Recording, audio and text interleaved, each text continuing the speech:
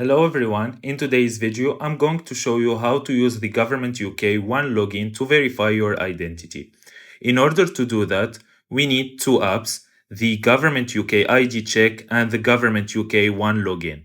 So the first thing, open the ID Check Government UK app, then click Continue, then Continue, then click on Link App to continue, just click on this.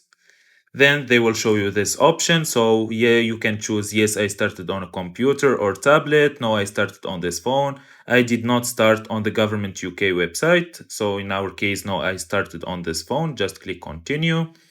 And then just go to your web browser, which has the download the Government UK ID Check app, page open, then just scroll down to the link Government UK ID Check section, then tap on the link Government UK ID Check button. And if it's not your case, you can just click on this one, then go to Government Check. After doing that, you just go back and open the One Login. I will just click skip for now, then sign in, then sign in again. Then all you need to do is to enter your Government UK One Login information here, and then you will be able to verify your identity.